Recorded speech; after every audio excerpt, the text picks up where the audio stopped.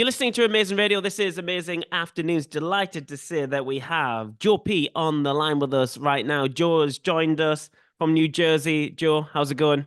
Good. How are you? Very well, thank you. We've been enjoying your single, Shadow in the Sun. I think it's really cutting through over here in the UK in Yeah. particular, and that's quite good because you come to the UK soon, right?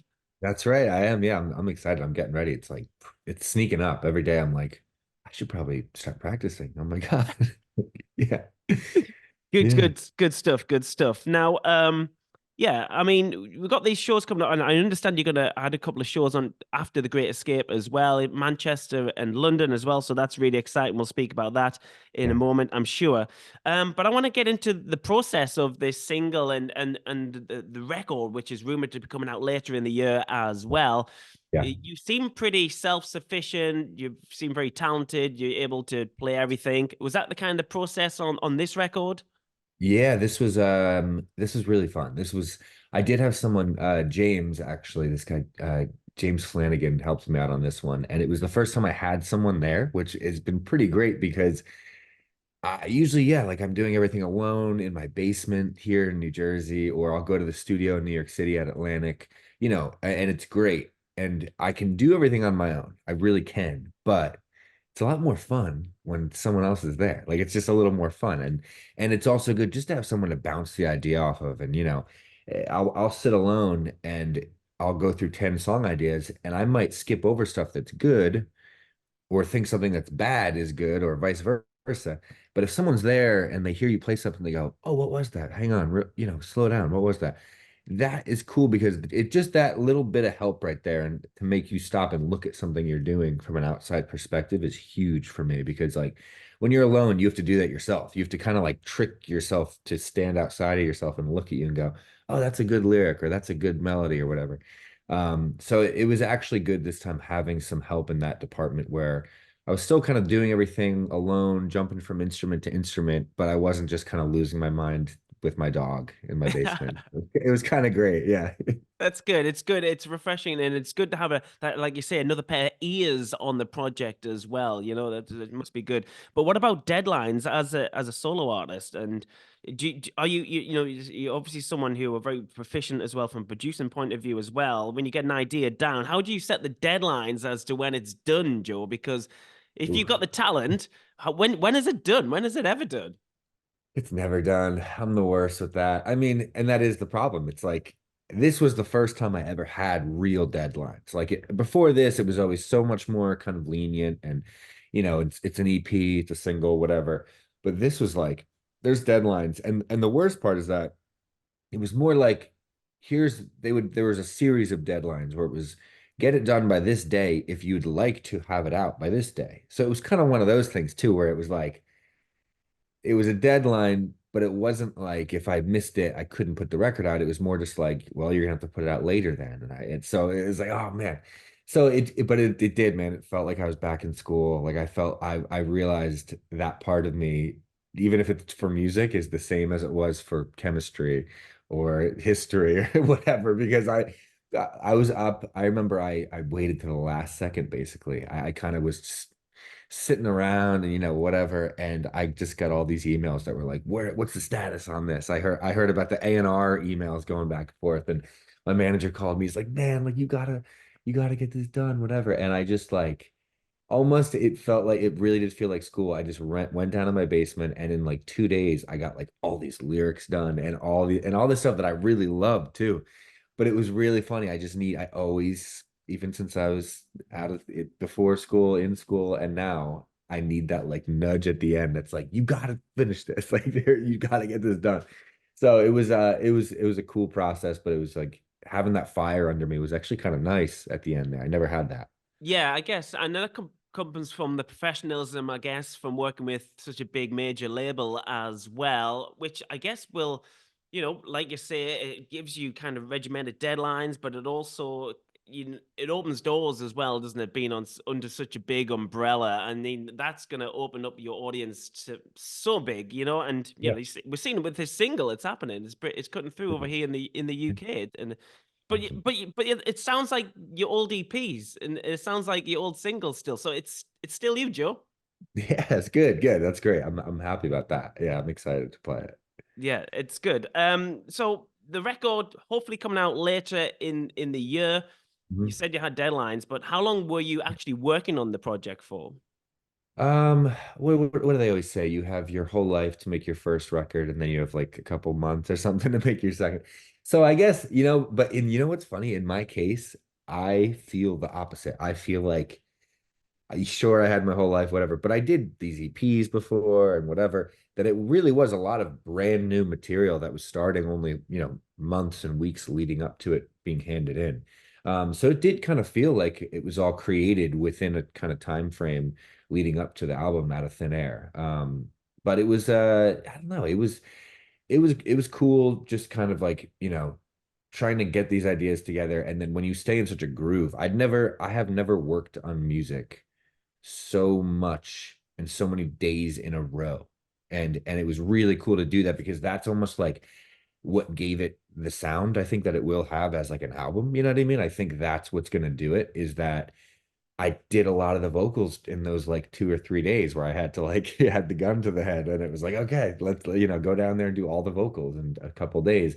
And I wrote a lot of lyrics in like 2 or 3 days, because again, crammed it all in at the end. But because of that, it was like it's all cohesive because in those 2 or 3 days of putting those lyrics together, it was like I was pulling from, I wrote one of the songs about like being told like you got to finish the songs. Like there's so much in there that's from the actual moments leading up to the release date and or, the handed in date.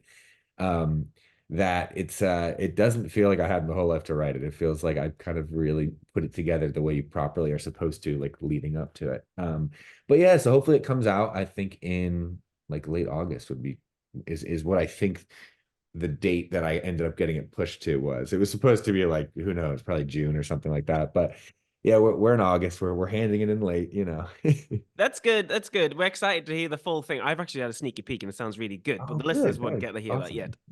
Yeah, but that's good what you're saying though, Joe. That it's a moment in time, if you like, and in 10 years' time, you get to look back on this record and say, that was that moment in time when we had the gun to the head, if you like, and we had to get Yeah. it out, and but it's exciting. It's an exciting time. I want to speak about you coming over here to the UK. Are you inspired musically by any British music? Have you always enjoyed bands and artists from the UK, or is it more of like a personal kind of thing with your music? Yeah, I mean, to me, that's a probably I never even thought about it, but I guess a lot of my almost all of my influences definitely start there. I mean, my favorite band in the entire world is Radiohead. So that's always going to be my bread and butter of everything I do. But I mean, Blur, Oasis, all the classic stuff, of course, it's just that's why like I see these I'm promoting these shows or whatever.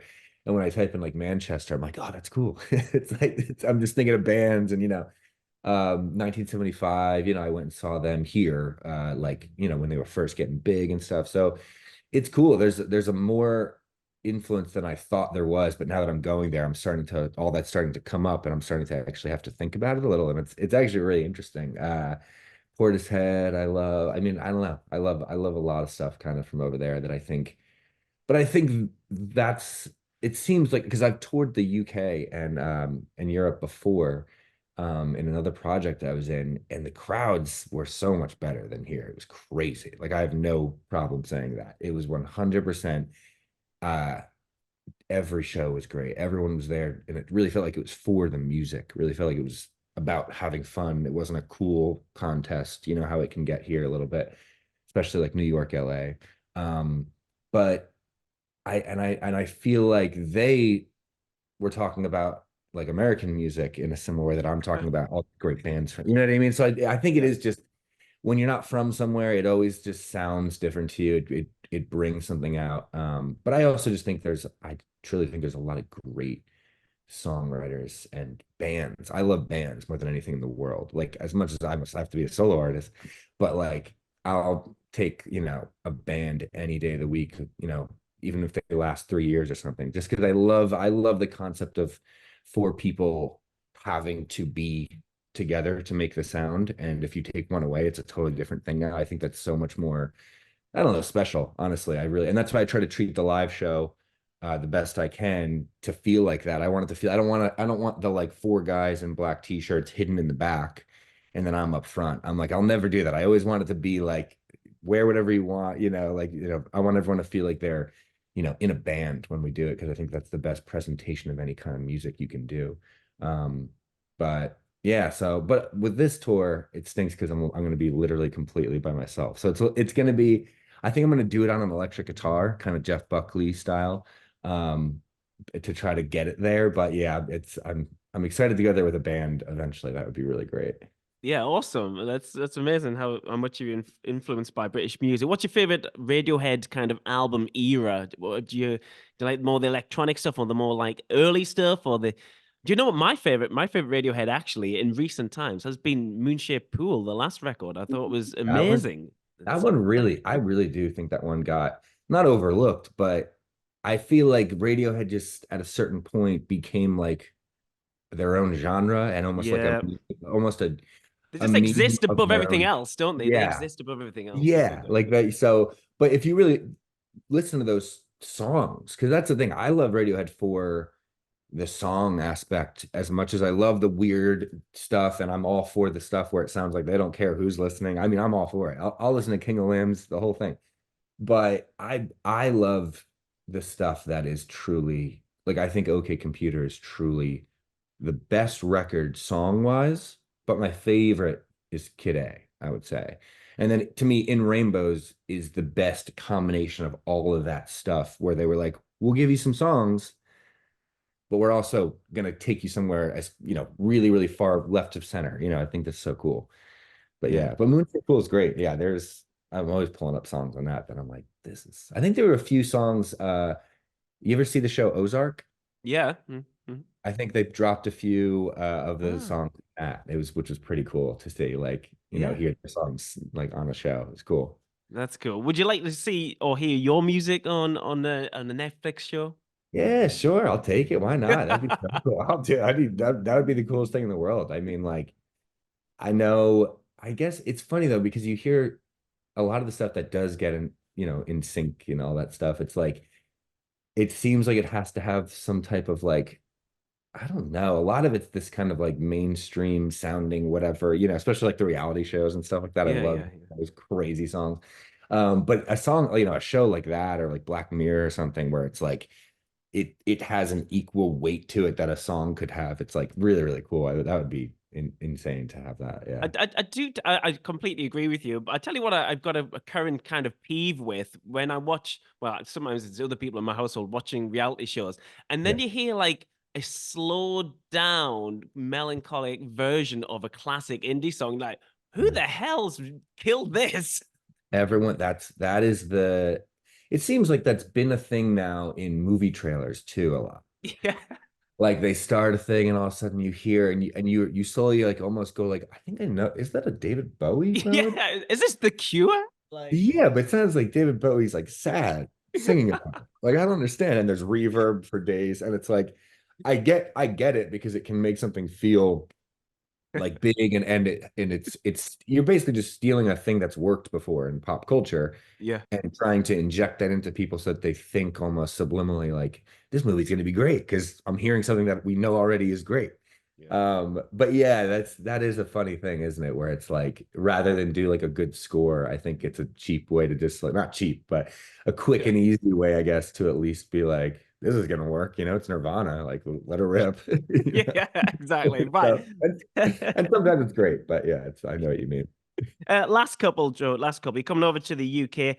The Great Escape, famously on the seaside. Have you had fish and chips before? Uh no, I don't think I have.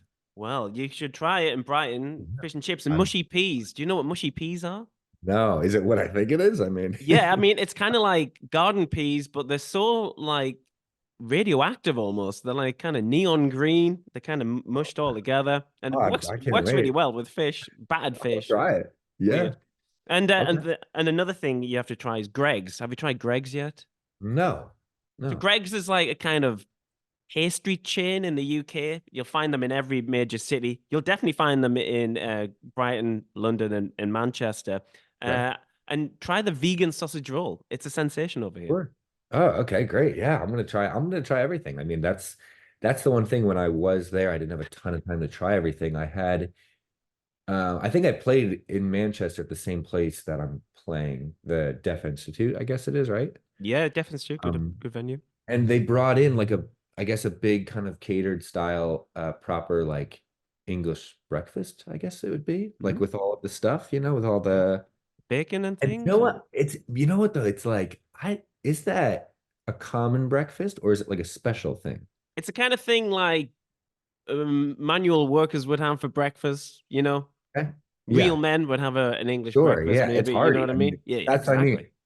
But I ate that. I was like, I feel like I could fall asleep now, though. That's the only thing. It's like I guess you do have to get straight to work because I was like, if I had this every day starting the Yeah. day, I think I might shut down for the day because Yeah. it was so much stuff. But it was good. It was great. But I was more like, hey, can we have this at like 1 p.m.? Can we do this later? But it was good. Well, I hope you get some good food on this trip over here to the UK, Joe. And like I say, we love the single, so we'll play it now. This is Shadow in the Sun. And Joe, thanks, Joe P. Thanks for joining us here on Thank you Amazing so much. Radio. Yeah. Thank you. Thank you. That's recorded. Thanks, Joe. Nice. Heck yeah. Perfect. Perfect. You can go and have an English breakfast now, or I for your know. Yeah, I breakfast. wish. Yeah, I wish. What is it? What is it fully? It's like there's beans involved, I want to Yeah, say. beans, fried egg normally, Okay. sausages, bacon, fried bread. I mean, it's really not good for you. Like No, it's it's not. It can't be good for you. It can't be good for no. you. But that's why I was like, oh, maybe this is like the way we'll do like pancakes and bacon and everything like that. It's like Yeah. it's cliche like the breakfast food, but it's also like you can't be eating that if I had something important to do, I don't think I would eat a pancake to fire off that day. Like there's no way in hell. That's No. like that's like I look at it like dessert, a lot of the stuff that we have for breakfast. I'm like, oh, it's all just dessert. It's Yeah. crazy.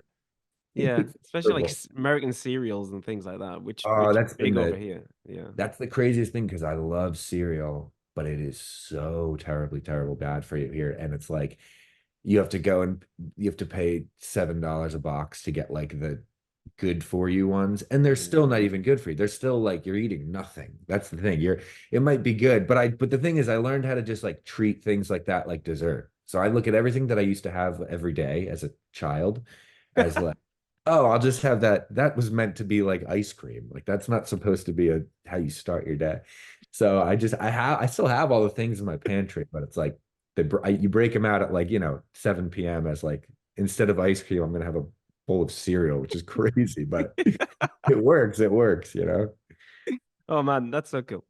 Joe, thanks very much. You're free to leave. Go about your day now. That's all good. Thank you. And yeah, hopefully get down to one of the UK shows. So thanks very Yeah, much. cool. That'd be great. I'd love to meet you. That'd be awesome.